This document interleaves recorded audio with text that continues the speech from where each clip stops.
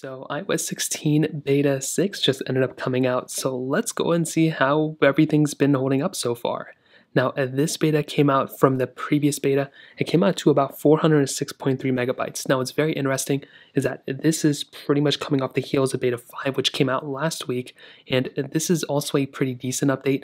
There were some controversial things with the last beta. I'm installing this on the 10R right now to see if the battery life thing is back, so I'll keep you guys updated on what happens there. But with this update, honestly, this is again another bug fix update. I did take a look at the release log, which you can also take a look at. I would also recommend going to the Reddit subreddit iOS beta if you want to see, newer things and newer features that are being added. But within this, I don't think there's going to be any crazy features. If you can see right here, this is again just another, contains bug fixes and improvements. And coming from beta 5, honestly, it looks like that was fairly stable. There were a lot of things improved and kind of fixed in that standpoint. And this is just another one of those updates. Now, this thing, as far as I can tell, and as far as other people have mentioned, it looks like the beta or the iOS battery life is not within the top right corner still for the mini and 10 and 11. But again, I'll let you guys know once I install it. We can see right here within beta 6, there were some known issues that are still being somewhat fixed and being, updated. I didn't really see any crazy features that kind of stood out to me, at least for this beta. You can see right here the search field for the emoji lock screen editor is missing. I actually did see that at first, which is very interesting, I think for beta 1. So it looks like that's actually been fixed. A couple other issues, being fixed for the most part as well.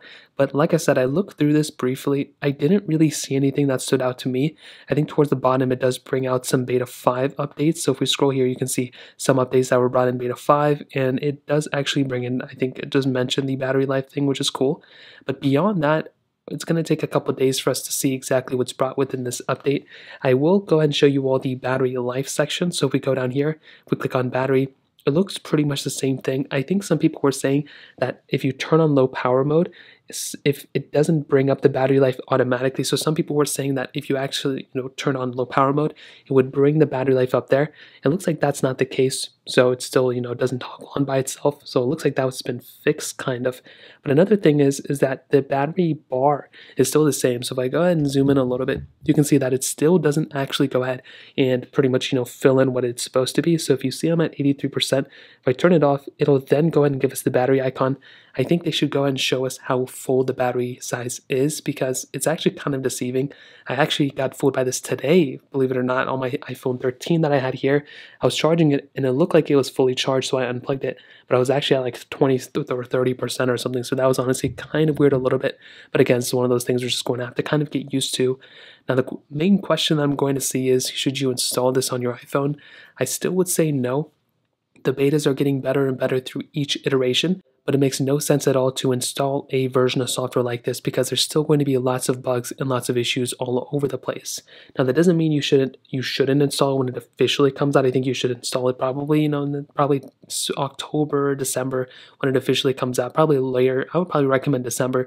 That way it's, going to be a little bit more stable. But that kind of covers it. There's not really a whole lot that's being added with each iteration of these updates. I will probably get a chance to do another speed comparison or maybe at least another battery comparison just to see how much it's improving. But so far things are looking good. Like I said, I don't think there's going to be anything crazy recently. This is basically the latest build number, and as you can see, we're still on iOS 16, so I'll keep you guys updated what's happened. But like I said before, you should go to this subreddit iOS beta. They'll have a bunch of information here about different bugs and things and features that come out. So that kind of covers it. If you have any other thoughts or questions, let me know in the comment section below. Hit the like button, that would mean so much, but definitely hit that subscribe button. More importantly than everything else, I love every single one of you guys. Hopefully I'll catch you guys in the next video. Peace out till then.